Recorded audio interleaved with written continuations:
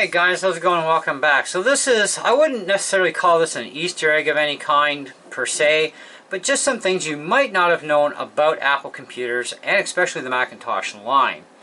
And one of the things that I found very interesting that popped in front of my face was doing a get info on my hard drive after putting a brand new hard drive in it and a new PRAM battery into my eMac the other day.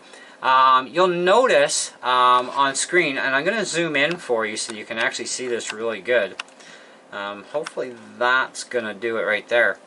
It says that the volume was created Thursday, April 1st, 1976 at 3:03 a.m. and was modified today at 7:10 p.m. Okay. Now, of course, I just booted up the computer, so that part may change from time to time when you boot up the computer as far as modified date or when you've made changes to your hard drive, such as installing new programs, whatever.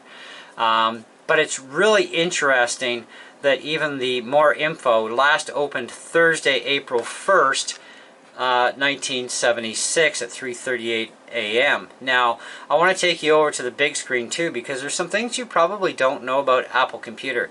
Now, by the way, this scanning that you're seeing is my camera can't keep up with my screen refresh rate.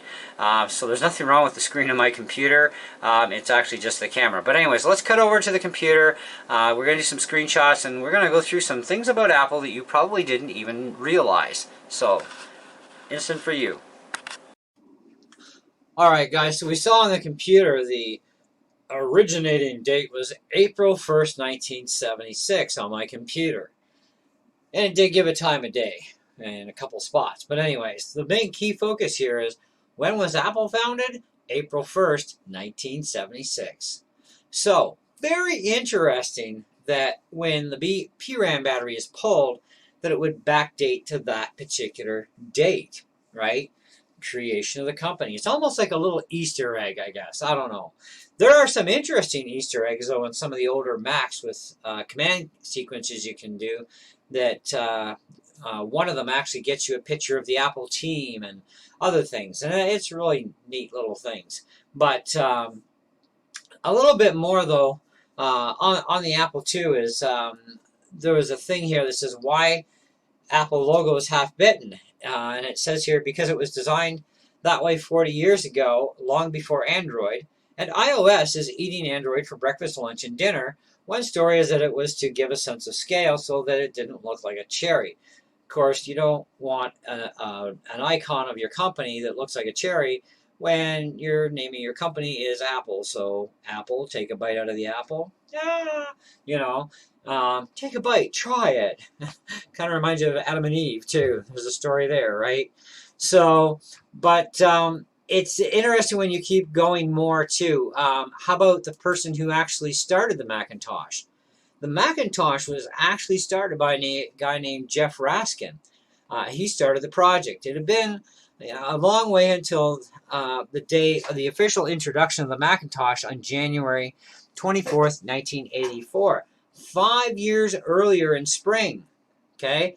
In '79, only 3 years after Apple had become a company, Apple chairman Mike Markkula wondered whether his company should bring a $500 computer to the market. Markkula then charged Raskin with the secret Annie project. Raskin was a philosophical guy who could be both playful and ponderous, writes Walter I can't pronounce his name, in his book, Steve Jobs. Raskin had studied computer sciences, taught music and visual arts, conducted a chamber opera company, and organized guerrilla theater? I don't know, theater. Anyways, his 67 doctoral thesis at UC San Diego argued that computers should have a graphical rather than text-based interfaces. Now, that is a wonderful idea. Because I got to tell you, I mean, I've been around the Apple computers since the Apple. Well, actually, probably. Well, I've been around since the company was built, but I mean, we didn't get our first actual Apple computer until about 1981 or '82, and our first computer at home was actually the Apple II Plus. And then once the Apple IIc came out, we bought that. Then we got the IIe, then the 2GS, and so on. I mean, our family has owned every Apple computer except, of course, for the Apple One. Of the Apple series of the originators before the Macintosh line. And since the Macintosh, between my father and myself, not only because we both sold computers for a living for Apple. Well, I didn't personally sell for Apple. I was a technician, but my father sold them, and I also did have a couple of my own businesses where I sold used Macs.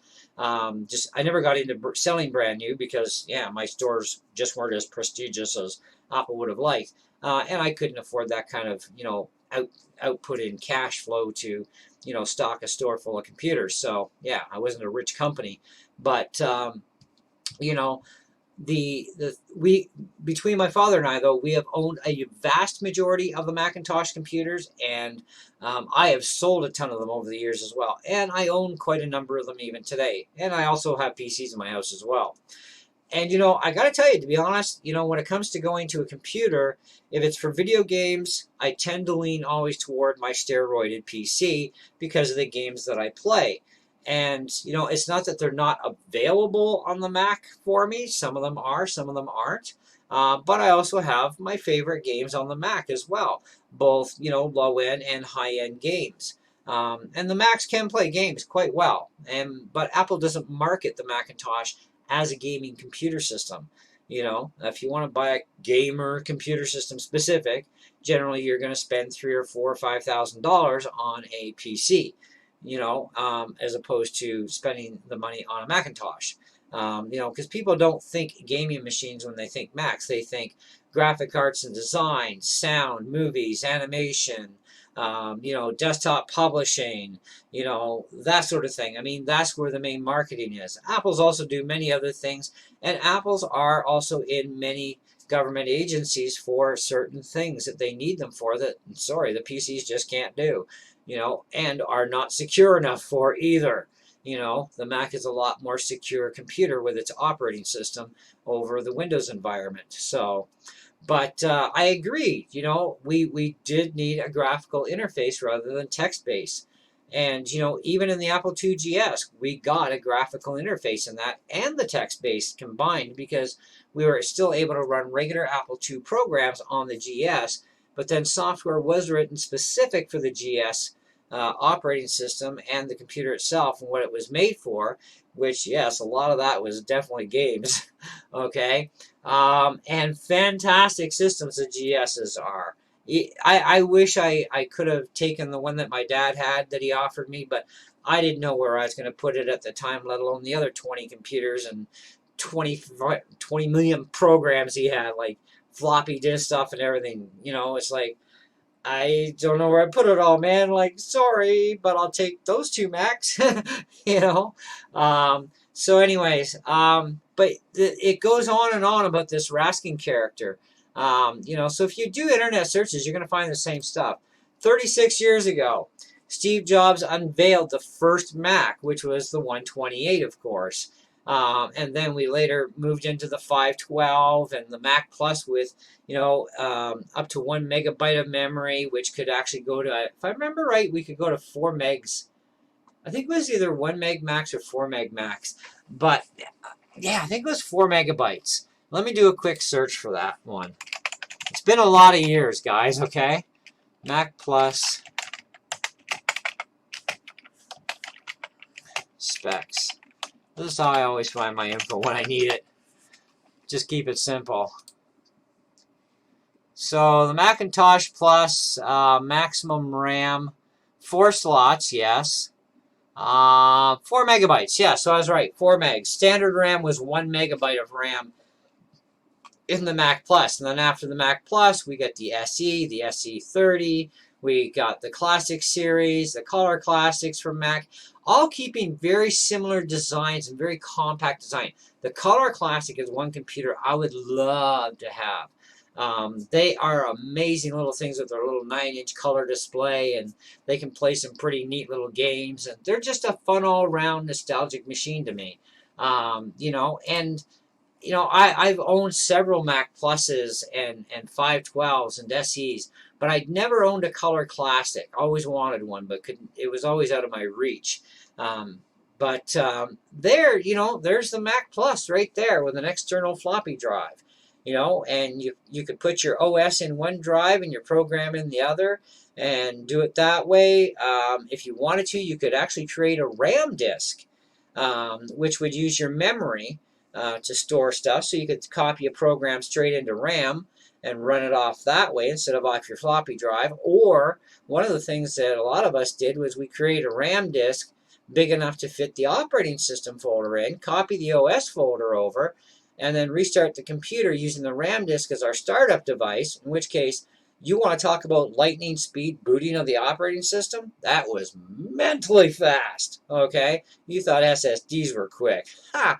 Anyways, so then once we were using the RAM disk as our OS booter, then we could, you know, use the two floppy drives combined and, you know, copy programs at the same time, boom, boom, disk to disk that way, one off each, or instead of doing a lot of swapping, we could run the programs off one of them, do whatever. You know, I mean, it's the functionality of the Macs is just nuts, you know, and everything that we can do.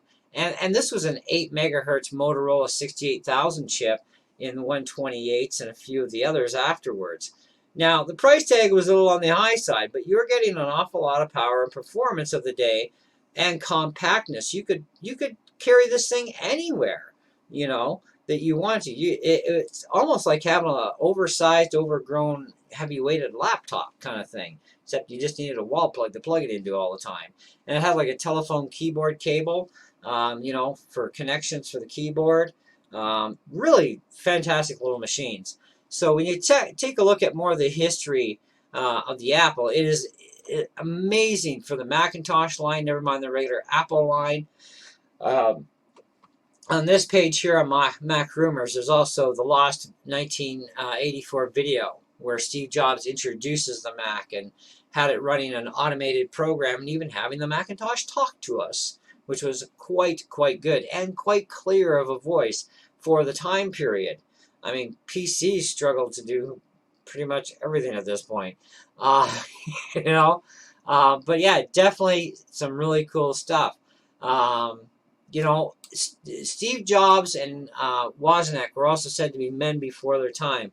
Now, I definitely think Wozniak was right up there. I mean, he's the one that actually technically invented the computer, and you know, he made all the parts himself. And I've seen a lot of videos on Wozniak where he's talked about the past and, you know, how things got started and everything. He's talked even about Steve Jobs. And, you know, I mean, even Steve Jobs, he's been back and forth between the company on and off over the years. You know, he helped out with, you know, the launch of the iPhones and our iPads and our iMacs and everything else. And, you know, the company got into a little bit of trouble. We thought things were going to go zips up, and he rolled in there and he saved the company's butt, you know, and that was fantastic.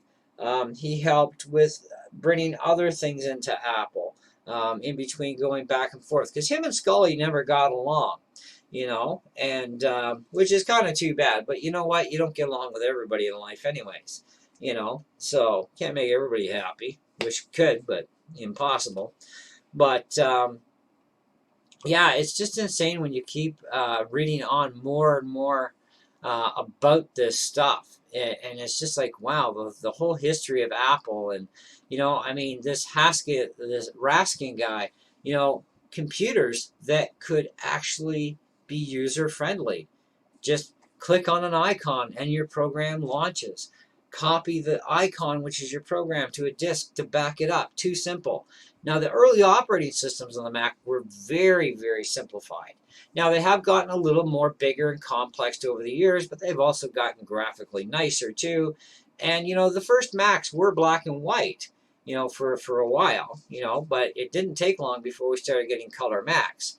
You know, whereas the Apple project for the Apple I, the Apple IIs, they were color right from the get-go. Apple brought color computers to the world, you know, and something that you could just take home and set up on your table. It didn't take a boatload of space. I mean, even our 2 Plus, Now, the only drawback, though, to the Apple II series was that you had to always have a green screen for doing text-based stuff because the quality of the color screens at the time, they didn't do 80-column text. They only did 40-column, which was fine for 40-column stuff, but for 80-column, which was the more tighter, more better-looking graphical of text, you had to have a green screen for that, and you had to have an 80-column bus line or card in the computer. So we had our green screen off the side. We had our color screen for playing our games on, because that's what the color was for us, was for games. But then you got into print shop program. Oh, well, print shop's color, cool. You know, we got color printers, and we're printing out stuff in color, and you know, and desktop publishing takes off, you know, thanks to the Mac, right? Industry standards, think about this. Industry standards, where's the Mac most commonly found in the industry as a standard device? Music, definitely. So recording studios for musicians. Um, you're going to find them in movies. A lot of movies are made using Macs, okay? And movie editing, okay? Graphic arts and design, right? The animational stuff. You know, that's the key focus, right? Desktop publishing, all of that. It's part of graphic arts and design, obviously. All that's the standard in the industry is Mac, and people who are using PCs to try and do this, they fail.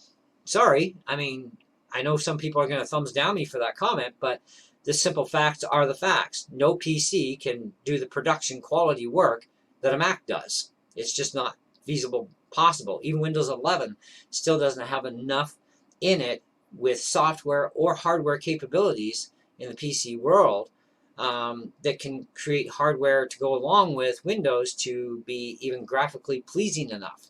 I've shown this as proof even on my own videos on my channel, where I did that gaming video with Far Cry, and I actually ran Windows 7 on my Mac, which only has 256 megs of video in it, and I cranked the juice up on both computers of the games, and I was only missing one setting for environmental.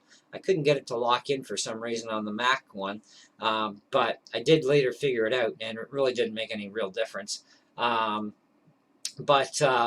Either way, my Mac graphically playing that exact same PC version of that game that I played on my Ryzen 7 8-core powerhouse with 12 gigs of video and a 2K display.